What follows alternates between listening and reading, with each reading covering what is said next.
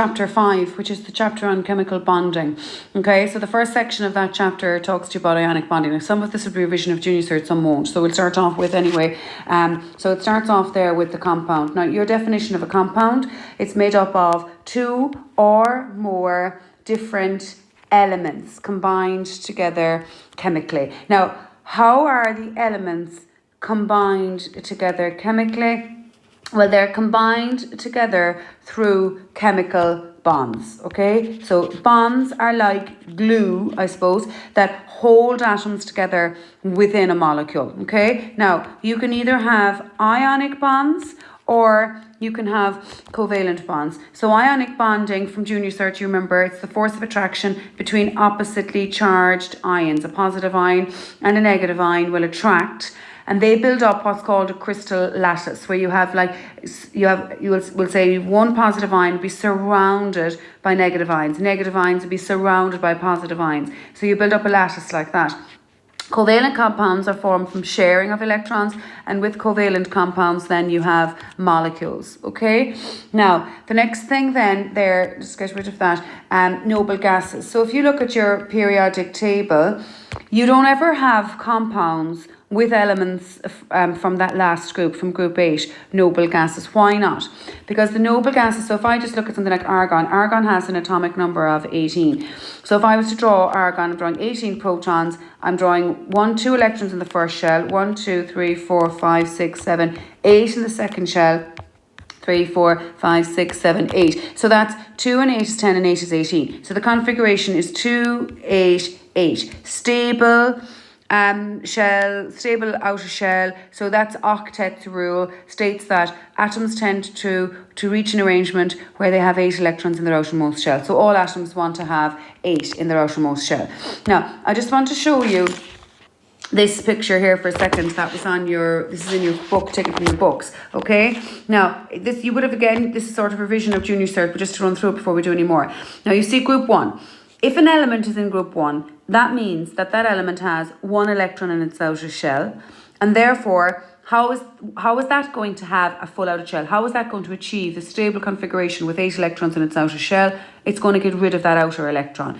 And therefore, if an atom loses electrons, it becomes positively charged. So you have lithium plus 1, sodium plus 1, potassium plus 1. In group 2, 2 electrons in its outer shell, those atoms will want to lose 2 electrons, and therefore you form positive by 2 ions. Be beryllium plus 2, magnesium plus 2, calcium plus 2.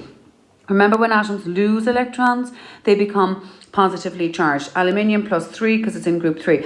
Look at the group 0 or group 8, the noble gases. No ions formed. Those elements will not get involved in bonding. They have 8 electrons in their outermost shell. They're already perfectly stable. They're not going to interact with other elements in order to achieve that stability. In group 7 here, look, these elements like fluorine, chlorine and bromine, they have 7 electrons in their outer shell. So how are they going to achieve stable configuration? They get an electron. If an atom receives an electron, it becomes negatively charged. 6 minus 2, 5 minus 3, and so on. Okay, so just try to keep that in mind when we're writing the configurations in a minute. Okay, so in what's an ion? So an ion is a charged atom or a group of atoms. And an ionic bond is the force of attraction, like I said, between oppositely charged ions in a compound. Now, in junior cert, you might have been asked to show the ionic bonding that results between something like sodium and chlorine. So you would have drawn out, so sodium is 11, chlorine's atomic number is 17. So you would draw 11 protons, 2 electrons in the first shell, 1, 2, 3, 4, 5, 6, 7, 8, and then you'd have drawn 1 there. So the configuration for something like sodium, 2, 8, 1. Chlorine then, I might just draw chlorine here. Chlorine is 17 electrons, so 17 protons. So I'll X these ones, 1, 2, 3, 4, 5, 6, 7, 8. And then I have to put 1, 2, 3, 4, 5, 6, 7 in there, okay? So 2, 8, 7. Now, both of these atoms want full outer shells. They both want 8 electrons in their outermost shell. The easiest way sodium can achieve that is get rid of this one here, okay? So now look, you have 2, 8. But now when you look at it, sodium has 11 protons, but now it has only got 10 electrons when you count them up. So that means that you've got a sodium plus 1 ion now. You've got a charged atom now. What has happened to that? It went over here, so I'm going to draw the electron that belonged to sodium there. Now, what's the story with chlorine? Chlorine still has 17 protons. The proton number will not change. Protons are stuck in the nucleus, they stay there. So the proton number doesn't change, but it's gained an electron from sodium. So now it has 18 minuses, so it's negative now overall. And then what you would have said in junior cert is the sodium ion attracts the chloride ion to form Cl, NaCl, which is your compound sodium chloride. Now, for the purpose of the leaving cert, you just really need to draw what are called dot and cross diagrams, okay? So you wouldn't have these now in junior cert at all. So you only draw outer shell electrons, and you dot one set of electrons and you cross the other atom's electrons. So for instance, with sodium here, because we know, you look at your periodic table and you know that you find sodium's in group 1, so that means sodium has 1 electron in its outer shell, so you just draw a dot for that. When you look up chlorine on the periodic table, you see that chlorine's in group 7, so you have to draw 1, 2, 3, 4, 5, 6, 7 electrons there. Then you say to yourself, how are both these atoms going to have full or outer stable configurations? Circle that, that's going over there. And then what you do is you draw a kind of a square bracket, I suppose, around the sodium. Okay, so you have sodium now has a positively charged ion. Then you draw a square bracket around the chlorine. The chlorine is now outer electrons only, remember. The chlorine is now negatively charged. And what happens then is those positive and negative charged ions will attract and you form your NaCl, okay? Now, I just want to do another example of that. What about if they asked you to show the bonding between magnesium chloride and chlorine? So you look this time at the periodic table, magnesium's in group 2. So you have to draw 2 dots. And again, chlorine is in group 7, so I'm just going to X. Remember, dot one set of electrons, X the other set of electrons. Now, how is magnesium going to have stable configuration? Well, one of the electrons is going to go over there. Oh, what do you notice? You notice that you don't have somewhere to take the other electron. So you need to draw another chlorine atom, and that takes the second electron. This chlorine won't take 2, it only needs 1, remember, because it has 7 of its own. It wants to have 8, so it only needs 1, so you need to draw a second one. Okay, what happens then is you have the magnesium has formed the ion, plus 2 this time, because it has actually lost 2 electrons, and you have 2 chloride ions that are minus, because look, they've gained an electron each. So what's your formula? MgCl2. Is that okay? MgCl2. Now, I might just do one last example of that with maybe calcium and oxygen. Calcium is in group 2, okay? Oxygen's in group 1, 2, 3, 4, 5, 6.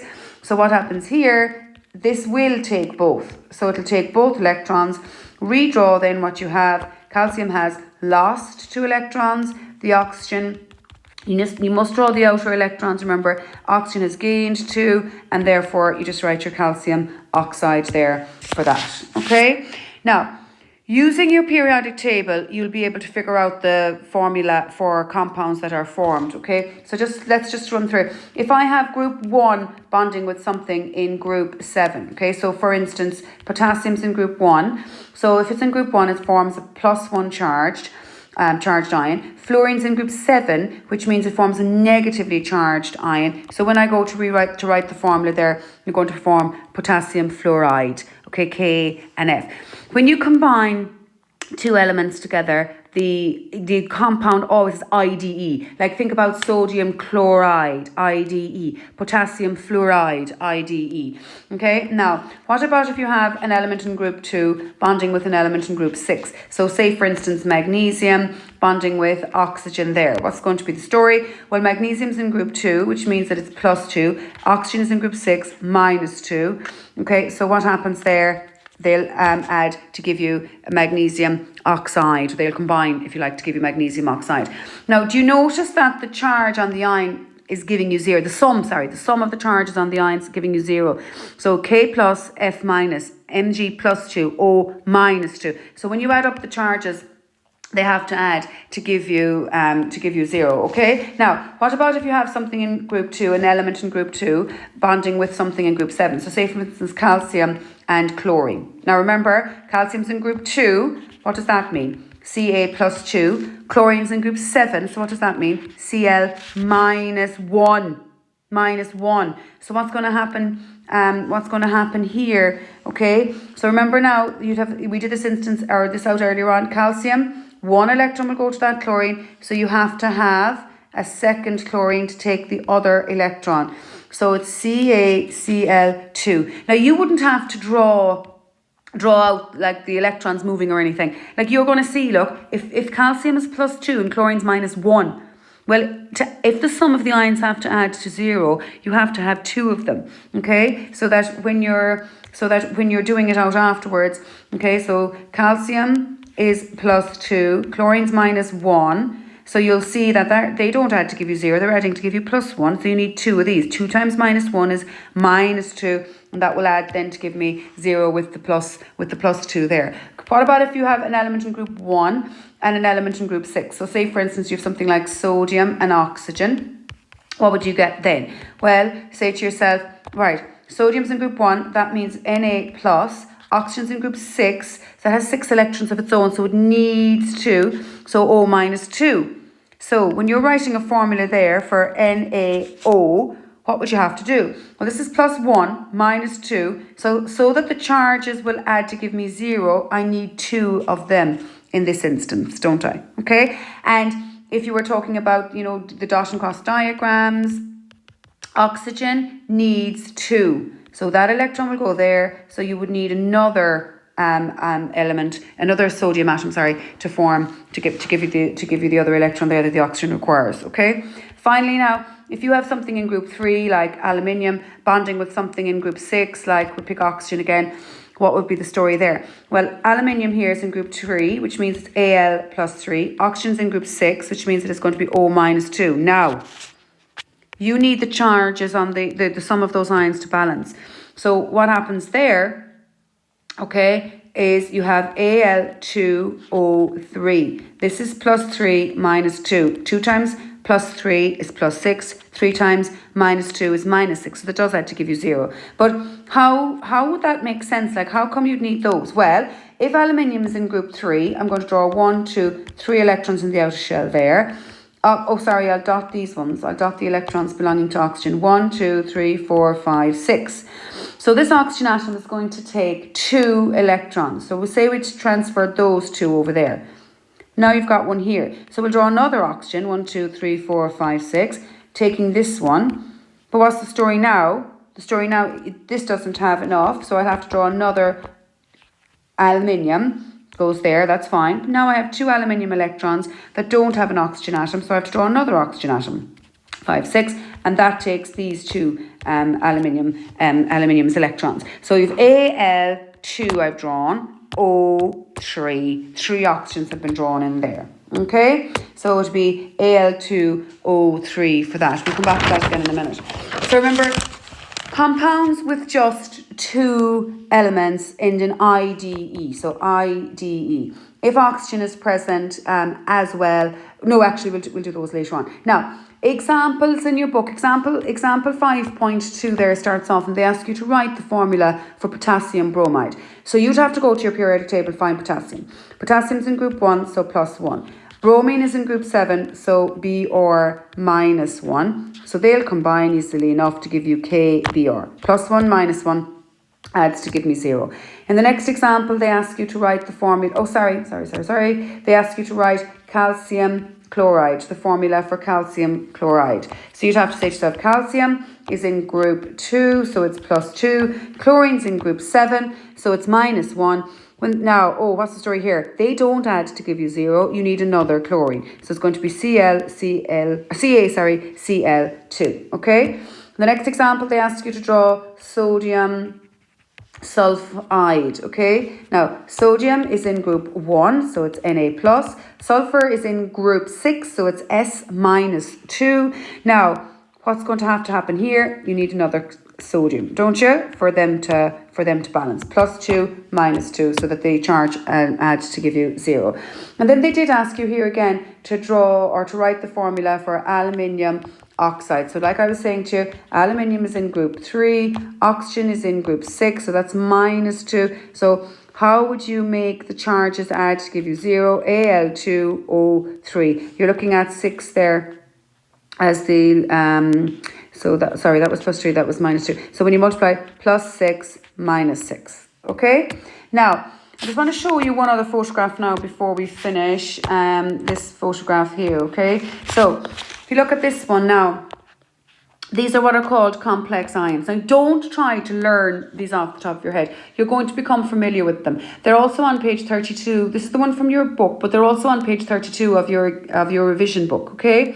So, hydroxide ion, you're familiar with that already, OH minus. Nitrate ion, you're familiar with that from your test for nitrates. Hydrogen carbonate, permanganate, potassium permanganate, you'd be familiar. They're all minus 1, okay? Then complex ions here.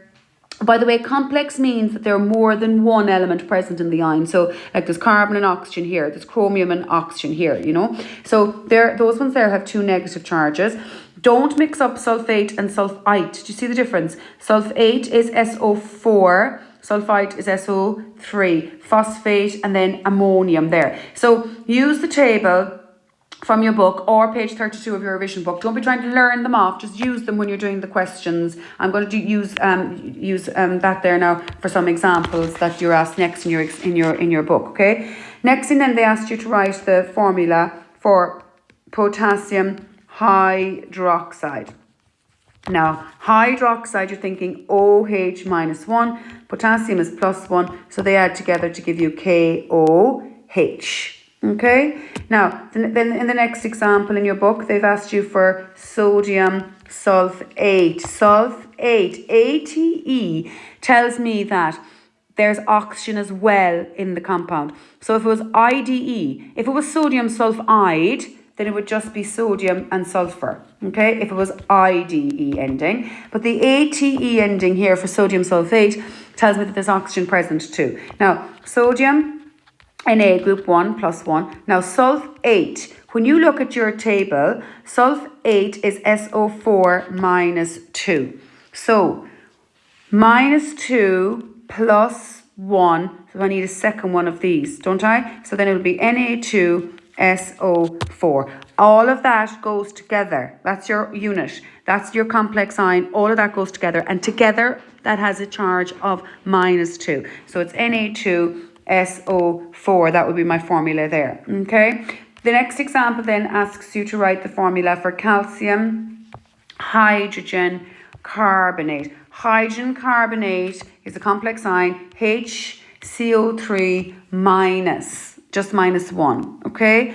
And then calcium, you know, is in group 2, so calcium is plus 2. So again, if you want the charges to balance, you need 2 calciums. Remember, all of this is going together now. Okay, so 2, sorry, you don't need 2 calciums, what am I doing? You need 2 of these, okay, because the HCO3 together, all of that unit together, that's minus 1. So when I combine them, I'm getting Ca, HCO3, 2, because there's 2 of them, minus 1 each, minus 1 times minus 1 times 2 is minus 2, and that's plus 2 there. Now remember, what the significance of the bracket is that it doesn't look like 32. The fact that you have a bracket there tells me that I have 2 of these hydrogen carbonate ions. Okay, now the next thing then is sometimes you'd have compounds that contain transition metals, and transition metals are that block in the center of your periodic table between the groups 2 and 3. So you have a block there. Now one property of transition metals is that they can have variable valencies, which means they can either, sometimes you can have iron, sometimes you can have iron 2, okay? Sometimes you can have iron ions that are plus 3. So they'd be written Fe plus 2, or you can have Fe plus 3. So the fact that their charge changes is one of the properties of a transition metal. Now in the book, they asked you to write the formula for iron 2 carbonate, okay, iron 2 carbonate. So iron is Fe, that's plus 2 because it's telling me it's plus 2 there with Roman numerals. You can't write the number 2, it has to be Roman numerals. Now carbonate, okay, is one of the complex ions. It's CO3 minus 2. So that's plus 2, minus 2. So when they combine, you're just going to get FeCO3. That's your formula for that example. And then in the last example, they asked you to name this compound here. Now Cr is chromium, Okay, so now chromium is a transition metal. It's found in that block there, like I said, between group 2 and group 3. So it can have a variable valency. So we're not sure what to put in the bracket there. But I know that SO4 is sulfate. So I need to figure out now what goes in there. Now the SO4 I know, okay, is -2. So I have 3 of them. So 3 times -2 is -6. I don't know, I know it's a positive charge because this is negative, so I know it has to be positive, but I don't know what the value of the charge is. But I do know that there are 2 of them. So 2x minus 6 is equal to 0, it doesn't have a charge. 2x is equal to 6, x is equal to +3. So you'd write 3 Roman numerals in there. Now you can do it out like a quadratic or like a algebra like I used there, or you can simply say to yourself, I have 2 of these, it has to total to +6, so each has to be +3. So that when I fill that in at the end, look, okay, when I fill that in at the end, 2 times +3 is +6, 2 times minus 2 times 3 is -6, so they had to give me 0, so that's correct. So chromium 3 sulfate would be